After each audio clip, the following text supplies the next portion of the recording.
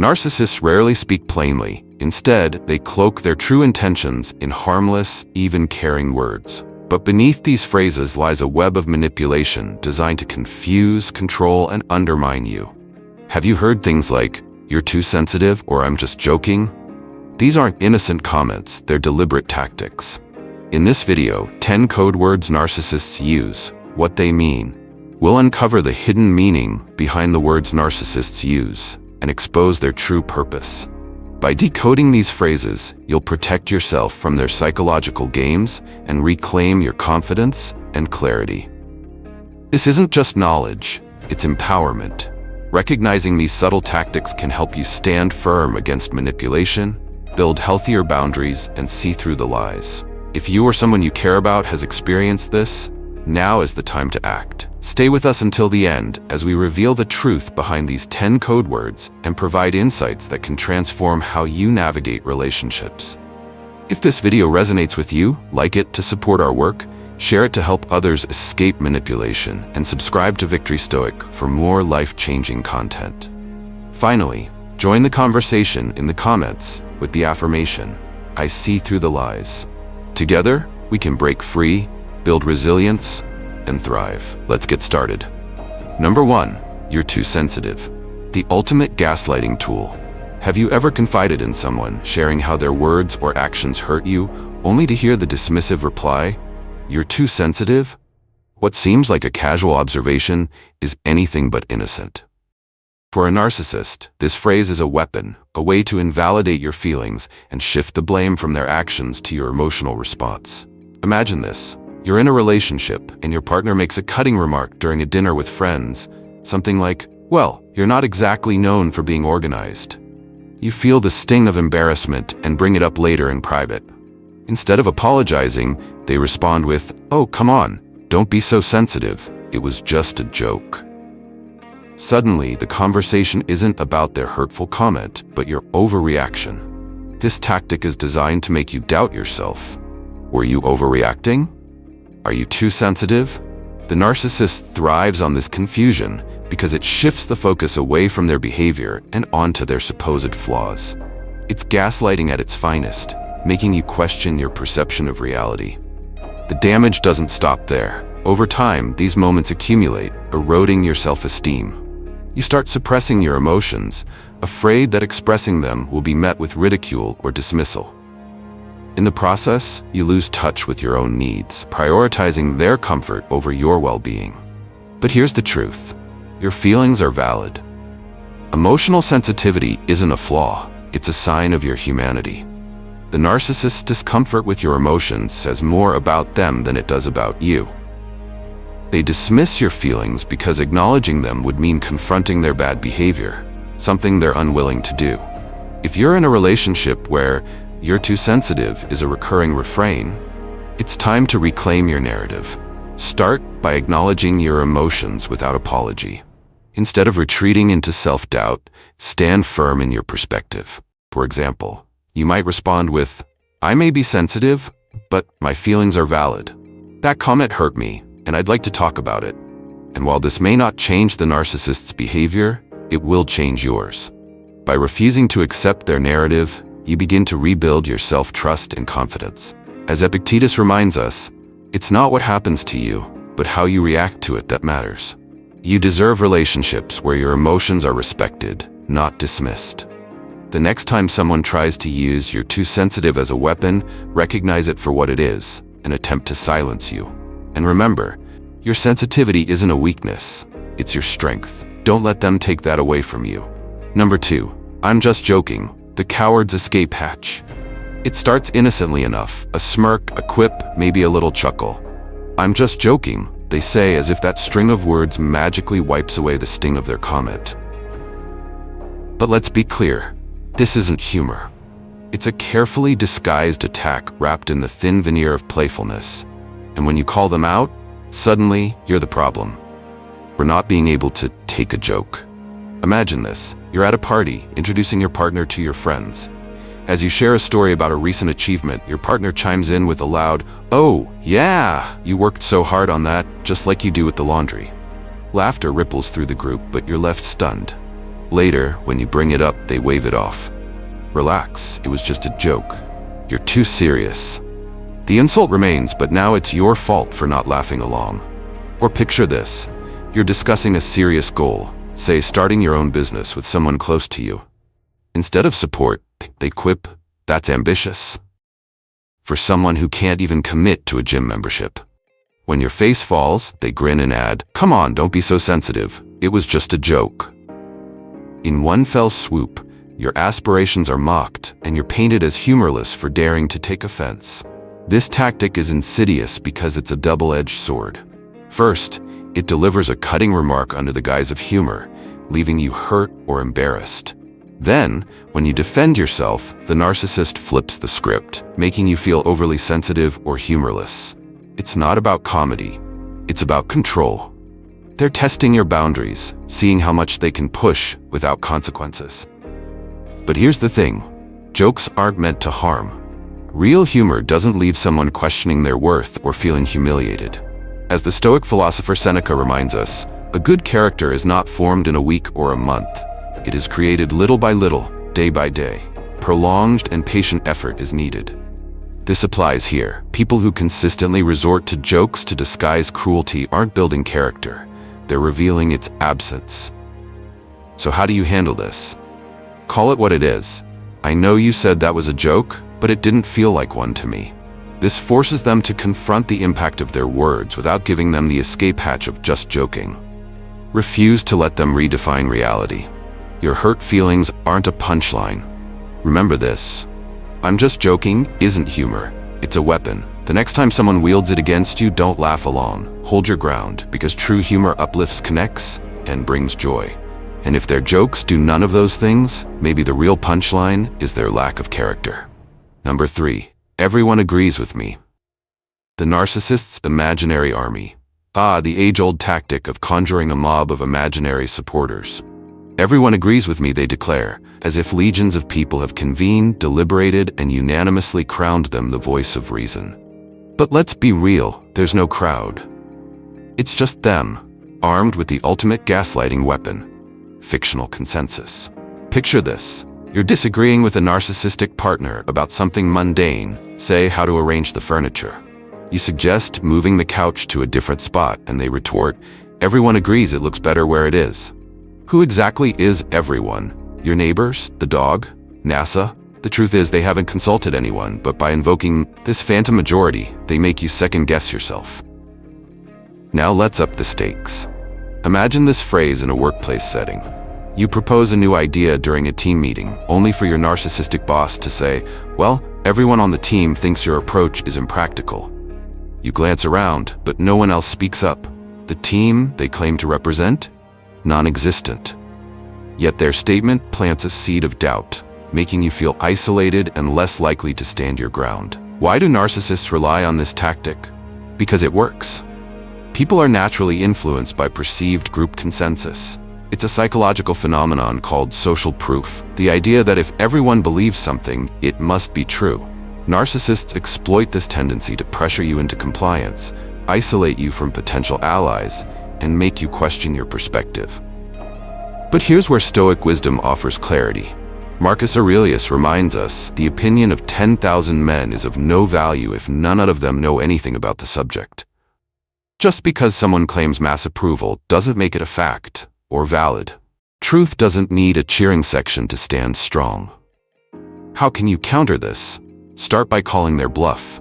Ask calmly and directly, who exactly agrees with you? Can you name them? Most likely they'll stumble or pivot, revealing the emptiness of their claim. Another approach? Rely on your judgment. Remind yourself, I don't need validation from imaginary others to trust my perspective. When you hear everyone agrees with me, recognize it for what it is, a smokescreen to control and silence you. Stand firm, question their claim, and don't let the weight of an invented majority sway your confidence. Because here's the real truth. When someone needs an imaginary army to win an argument, they're not strong, they're scared. Scared of your independence, your voice, and your ability to see through their charade. And that, my friend, is their weakness, not yours. Number 4, you'll never find anyone like me. The narcissist's greatest lie. There it is, the narcissist's crown jewel of manipulation. You'll never find anyone like me. A phrase that sounds like flattery at first glance, but is nothing more than a veiled threat. What they're saying is, I want you to feel so small, so unworthy, that you believe leaving me is a mistake.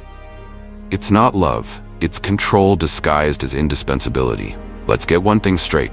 They're right. You won't find anyone like them. And that's the goal, isn't it? To make you believe their toxic behavior is unique, irreplaceable, and something you're somehow lucky to endure. But let's unpack this. Imagine a relationship where every time you express your unhappiness, they whip out this line. Maybe you've had enough of their constant belittling or emotional neglect and are contemplating walking away. Sensing your resolve, they lean in with, "Good luck finding someone who will put up with you like I do. You'll never find anyone like me." It's a trap. Instead of empowering you to leave, they frame themselves as the best and only option. Now consider this phrase in a professional setting. A narcissistic boss who's overworking and undervaluing you might say, "No one else will give you opportunities like I do. If you leave, you'll regret it." Again, the goal isn't to celebrate your contributions. It's to make you doubt your ability to thrive without them. This phrase thrives on one thing, your insecurities. It's designed to make you question your worth and fear the unknown. But here's the truth. People who truly value you don't make you feel replaceable or trapped. They lift you, encourage your growth, and want the best for you, even if it means letting you go. Marcus Aurelius offers a powerful counterpoint. Think of yourself as dead. You have lived your life. Now, take what's left and live it properly. The narcissist wants you to fear losing them, but what you should fear is losing yourself by staying. How do you combat this? Start by challenging the narrative. When they say, "You'll never find anyone like me," respond internally with, "Good, I don't want anyone like you." Remind yourself that the world is full of people who will treat you with the respect, kindness, and love you deserve. Secondly, reconnect with your worth. Make a list of your strengths, achievements, and the qualities that make you valuable. This shifts the focus from what you're losing to what you bring to the table, and to someone else who will appreciate it. Finally, leap. Whether it's leaving a toxic relationship or workplace, trust that better is out there. The narcissist's biggest fear isn't losing you, it's you realizing that you don't need them. So, the next time someone tries to tether you with the words, "You'll never find anyone like me," let them know they're right. You'll find better, you'll find peace, and most importantly, you'll find yourself. Number 5, I don't want to argue. The narcissist's cloak of avoidance. There's a chilling simplicity to the phrase, "I don't want to argue." On the surface, it drips with faux maturity, as if the speaker is taking the moral high ground. But peel back the layers and you'll find the truth. This isn't about avoiding conflict, it's about avoiding accountability. It's a deflection, a shield, a way to shut down any conversation that threatens their control. Picture this. You muster the courage to bring up something that's been bothering you. Perhaps they've made a decision without consulting you or dismissed your feelings once too often. You begin, cautiously but earnestly, only to be cut off with a dismissive, "I don't want to argue about this." Suddenly, the conversation dies, not because it's resolved, but because they've deemed it unworthy of their time. The subtext is clear. Your concerns are inconvenient to me. Or imagine a workplace scenario. You approach a narcissistic colleague about their tendency to take credit for team efforts. Before you even finish, they wave a hand and say, "Let's not make a big deal out of this. I'm not here to argue." The issue isn't that they don't want conflict. It's that they don't want the spotlight on their behavior. This phrase is a masterstroke of manipulation because it frames your valid concerns as aggression. By refusing to engage, they position themselves as the reasonable one while casting you as overly emotional or combative. It's a tactic designed to make you second-guess your intentions. Am I being too pushy? Should I just let this go? But here's the Stoic insight. Avoidance is not resolution. Marcus Aurelius teaches us, if it is not right, do not do it. If it is not true, do not say it. The narcissist's refusal to address conflict reveals more about their fear of being exposed than it does about their desire for peace. How can you navigate this? First, recognize the tactic for what it is, a means of control. When faced with, "I don't want to argue," calmly respond, "This isn't about arguing, it's about addressing something important to me." This reframes the conversation and makes it harder for them to sidestep. Second, stay grounded. Don't let their dismissal invalidate your concerns. Write down your thoughts beforehand if necessary, and approach the conversation with clarity and confidence. Remember, their avoidance doesn't diminish the validity of your feelings. Finally, consider the long-term implications. If someone consistently uses this phrase to evade accountability, it's a red flag. Healthy relationships, whether personal or professional, are built on open dialogue, not walls of avoidance. Because here's the hard truth: "I don't want to argue" is rarely about avoiding conflict. It's about avoiding growth, truth, and accountability. The next time someone tries to cloak their evasion in the guise of peace, don't be fooled. See it for what it is, and decide whether their unwillingness to engage is worth your continued investment. After all, true connection requires confrontation, not retreat. Number 6, I did it because I love you. The ultimate guilt trip disguised as care-over. Of all the manipulative phrases in a narcissist's arsenal, "I did it because I love you" might be the most insidious. On the surface, it sounds tender, even selfless. But dig deeper and you'll find a statement that twists love into a justification for toxic behavior. It's not about affection, it's about control. Consider this scenario. Your partner checks your phone without your permission, and when you confront them, they reply, "I only did it because I love you. I needed to make sure you weren't hiding anything." What they're saying is, "I violated your trust, but I'll frame it as love so you feel guilty for being upset." It's not an act of love, it's an invasion, neatly packaged as a concern. Or picture a parent who relentlessly criticizes every decision you make. When you finally push back, they say, "I wouldn't be so hard on you if I didn't care. I only want the best for you."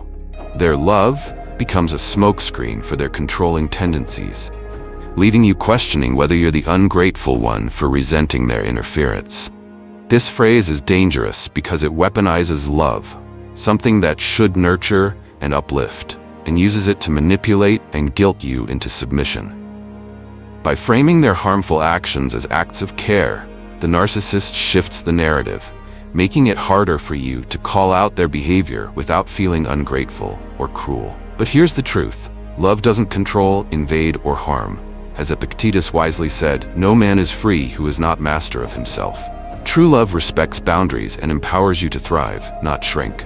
If their love feels more like a trap than a haven, it's not love, it's manipulation. How do you handle this? 1. Separate love from control. When they say, "I did it because I love you," ask yourself, would someone who loves me truly need to hurt or control me to show it? 2. Name the behavior. Calmly but firmly address the issue. Love shouldn't feel like this. What you did was hurtful, even if your intentions were good. This helps you reassert your feelings without falling into the guilt trap. 3. Hold your ground. Refuse to let their justification cloud your judgment. Love is not an excuse for harm, and your boundaries are valid no matter how much they try to blur the lines. Remember this: real love doesn't require justification through harm. It doesn't manipulate, guilt, or control. The next time someone tries to mask their toxic behavior with the phrase, "I did it because I love you," look beyond the words. See the intent. And if that intent diminishes your peace, know that it's not your job to tolerate it. Because love, when genuine, doesn't feel like chains. It feels like freedom. Let that guide you. Number 7. You're just like someone I hate. The art of the subtle attack. It starts innocently enough. A disagreement, a difference of opinion, or perhaps you've dared to stand up for yourself. Then, without warning, they drop the bomb. "You're just like your father," or "That's exactly what someone they or you despise would say." At first, the words may not even register, but as they sink in, so does their sting. Take a moment to imagine this scenario. You're trying to express your feelings about being dismissed in a conversation. You bring it up carefully, hoping for a productive discussion. Instead, they smirk and respond, "Wow, you're sounding a lot like your sister right now. Always so dramatic." It's not a fair critique, it's a calculated move. With a single sentence, they've shifted the conversation away from the issue you raised and turned it into an attack on your character. Suddenly, instead of discussing their behavior, You're defending yourself against a comparison you didn't ask for. This isn't a rare occurrence. Perhaps it's a partner who says, "You're being just like your ex. No wonder that relationship didn't work out." Or maybe it's a boss who quips, "You're starting to remind me of that difficult coworker we had to let go last year." The intent is always the same: to knock you off balance, make you doubt yourself, and shut down the conversation. For narcissists, this tactic works like a charm. By invoking someone you dislike or someone they despise, they create a negative association. The subtle message is clear: if you're like them, you must be wrong. It's a classic diversion, designed to derail the discussion and put you on the defensive. But let's dissect what's happening. Narcissists use this strategy because it allows them to avoid accountability. They don't want to address your concerns, so they weaponize comparison to undermine your confidence and steer the conversation away from their actions. How do you respond when faced with such manipulation? The key is to stay grounded and refuse to let the comparison derail you. Instead of taking the bait, you might say, "This isn't about anyone else. Let's focus on the issue at hand." Calm, focused responses can stop their tactic in its tracks and redirect the discussion. It's also important to remind yourself that their words reflect more about them than they do about you. As Marcus Aurelius wisely said, "You have power over your mind, not outside events." Realize this, and you will find strength. Recognize their attack for what it is, a deflection, not the truth. The next time someone tries to knock you down with, "You're just like insert hated person here," don't let it shake you. Their words are a mirror of their insecurity, not their worth. Keep your focus, stand your ground, and remember that the only person you need to compare yourself to is the one you were yesterday. Number 8, you made me do this. The blame game in full effect. It's one of the oldest tricks in the narcissist's playbook. You made me do this. A seemingly simple phrase, yet it's a masterstroke of manipulation. With these 5 words, they shift the weight of their actions onto your shoulders, making you feel like the architect of their bad behavior. It's not accountability, it's a calculated escape route. Picture this. You confront a partner about something hurtful they've said. Instead of an apology, they explode in anger, maybe throwing their hands up or storming out of the room. Later, when things cool down, you try to revisit the conversation, only to hear, "Well, I wouldn't have reacted that way if you hadn't pushed me." Suddenly, the focus is no longer on their outburst, it's on how you supposedly provoked it. This tactic is particularly insidious because it preys on your sense of responsibility. You begin to question yourself. Did I push them too far? Was I being unreasonable? The narcissist's goal isn't just to avoid accountability. It's to make you believe their behavior is your fault. Now let's take it to the workplace. Imagine a boss who micromanages every detail of your work. Frustrated, you make a small mistake. Instead of addressing it professionally, they lash out, berating you in front of the team. When you point out that their criticism was excessive, they snap back with, "If you'd just done it right the first time, I wouldn't have had to say anything." The blame shifts entirely onto you, leaving you feeling responsible for their unprofessional conduct. The real issue here isn't you, it's their unwillingness to own their actions. Narcissists use this phrase as a shield, turning their mistakes, anger, or cruelty into something reactive rather than inherent. By claiming that you made them act a certain way, they absolve themselves of the responsibility to change or improve. Here's where Stoic wisdom cuts through the fog. As Epictetus teaches, it is not what happens to you, but how you react to it that matters. Everyone is responsible for their reactions, no matter the circumstances. Blaming others for their choices is not just immature, it's dishonest. How can you handle this tactic? 1. Recognize the blame shift. When you hear, "You made me do this," pause and remind yourself, their actions are a reflection of their choices, not yours. 2. Set boundaries. Calmly but firmly address the deflection. Say something like, "I understand you're upset, but your reaction is your responsibility, not mine." This reframes the conversation and holds them accountable. 3. Avoid internalizing. Resist the urge to take on their guilt. Their inability to manage their emotions or behavior is not your burden to carry. Remember, "You made me do this" is a manipulation, not an explanation. It's an attempt to turn you into the villain of a story they've written to protect their ego. But you don't have to play that role. The next time you hear this phrase, stand firm in the truth. Their choices are theirs alone. You're not to blame for their inability to act with integrity. Let their words fall flat and walk away knowing that you are stronger than their attempts to shift the weight of their actions onto you. Number 9. No one understands me like you do. The velvet trap. It sounds beautiful, doesn't it? Almost like something out of a love story or a close friendship. No one understands me like you do. A phrase so sweet, so intimate, that it feels like you've just been handed the keys to their guarded inner world. But let's not be fooled. This isn't a compliment. It's a setup. A carefully crafted snare designed to elevate you to a pedestal, only to leave you more vulnerable when the fall comes. Picture this. You're in a relationship, and after a string of toxic behaviors, gaslighting, blame-shifting, silent treatments, they suddenly turn soft. They look into your eyes and say, "You're the only one who gets me. No one else would even try." It's disarming, right? You feel special, needed, even irreplaceable. For a moment, you forget about the fights, the manipulation, the emotional exhaustion. Instead, you feel like the chosen one, the savior. And that's exactly what they want. But here's the catch. This phrase isn't about recognizing your value. It's about binding you to them. By placing you on this false throne of understanding, they subtly shift the responsibility for their well-being onto your shoulders. If you leave, who will understand them? If you don't tolerate their bad behavior, who will? The phrase becomes less a declaration of affection and more a gilded shackle, keeping you tied to their chaos. Consider another scenario. A friend constantly leans on you for emotional support, unloading their issues without ever reciprocating. When you set a boundary, say refusing a midnight phone call because you're exhausted, they hit you with, "You're the only one who understands me. If I can't talk to you, who else can I turn to?" Suddenly, you feel guilty for prioritizing your needs, even though their endless demands are draining you dry. This tactic works because it preys on two things: your empathy and your desire to feel special.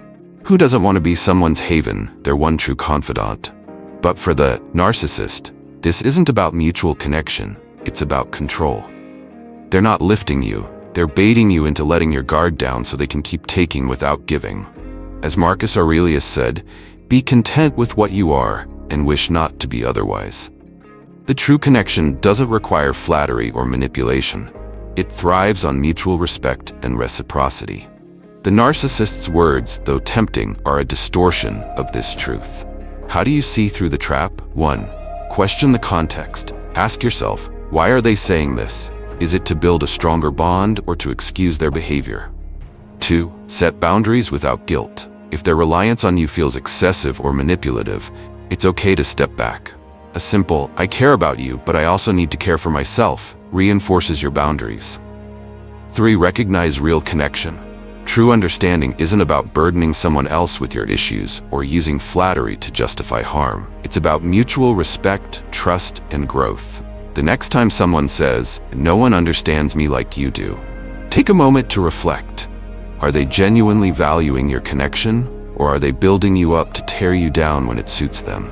Love, friendship, or loyalty shouldn't feel like a trap.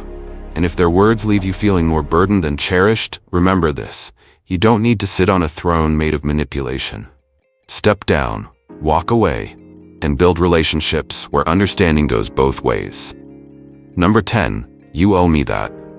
The guilt-laden debt trap. It comes out of nowhere, cutting through your defenses like a blade. You owe me that. The words drip with entitlement, framed as if your life, your time, or your choices are somehow a repayment for a debt you never realized you owed. But make no mistake, this isn't gratitude. It's manipulation, designed to twist your sense of compassion into a leash they can pull at will. Imagine this. A narcissistic partner or friend calls in a favor. Maybe they remind you of all the times they were there for you. Times you didn't ask for, times they exaggerated, or times they conveniently forgot were reciprocated. "After everything I've done for you, the least you can do is fill in the blank," they say. The everything they've done becomes this shadowy, immeasurable force, leaving you scrambling to prove you're not ungrateful. Or consider this. A family member reminds you, "I raised you, didn't I? I sacrificed so much for you. The least you can do is visit me every weekend." Suddenly, the unconditional love and care you thought were the foundation of the family are reframed as a transaction, one you're failing to pay back. This phrase is particularly powerful because it preys on two deeply human emotions: gratitude and guilt. Narcissists know that if they can make you feel indebted, you'll bend to their will out of a misplaced sense of obligation. It's not about the relationship, it's about control. By making you feel like you're repaying them, they mask their demands as rightful dues rather than selfish impositions. But here's the truth. Love, friendship, and care are not debts to be collected. Genuine relationships are built on mutual respect, not ledgers of give and take. As Epictetus reminds us, he who is noble plans noble things, and on noble things he stands. A truly noble person gives freely, without expecting payment in return. How can you protect yourself from this trap? 1. Reframe the narrative. When they say, "You owe me that," take a moment to ask yourself, is this truly a debt, or are they twisting the past to suit their agenda? Recognize the difference between gratitude and guilt-driven obligation. 2. Set boundaries without apology. Politely but firmly refuse unreasonable demands. For example, "I appreciate what you've done for me, but I also need to make choices that work for me right now." 3. Reclaim your autonomy.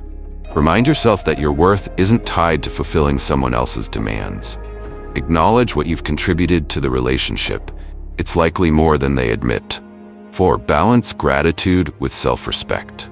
While it's important to recognize and appreciate what others have done for you, it's equally important to ensure that gratitude doesn't become a weapon against your freedom. The next time someone says, "You owe me that," remember this: true giving is free of strings. If their words feel more like chains than care, it's a sign that their intentions are rooted in control, not connection. And while it's noble to appreciate the kindness of others, it's equally noble to protect your peace. Gratitude should uplift, not ensnare. Recognize the difference, stand firm, and refuse to pay a debt you never truly owed. Conclusion: protecting yourself from the words that wound. The phrases we've discussed are more than just manipulative tools. They are windows into the heart of narcissistic behavior. These words, wrapped in false sincerity or disguised as love, are designed to undermine your confidence, control your actions, and erode your sense of self. Recognizing them for what they are is the first and most crucial step toward reclaiming your power and setting boundaries. But remember, this isn't just about identifying the tactics of others, it's about equipping yourself to stand strong against them. You deserve relationships built on respect, trust, and honesty, not manipulation and control. Understanding these phrases and the hidden meanings behind them will help you protect your peace, assert your worth, and grow into the best version. Your voice matters. Your voice matters. Have you heard these phrases before? Have you experienced their sting or unraveled their hidden intent?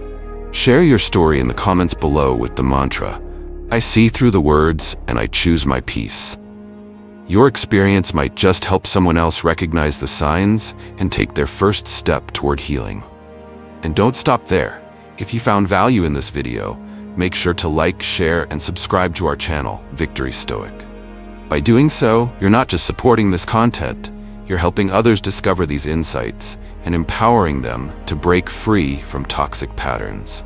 Remember, knowledge is power, and together, we can create a community of strength, awareness, and resilience. See you in the next video.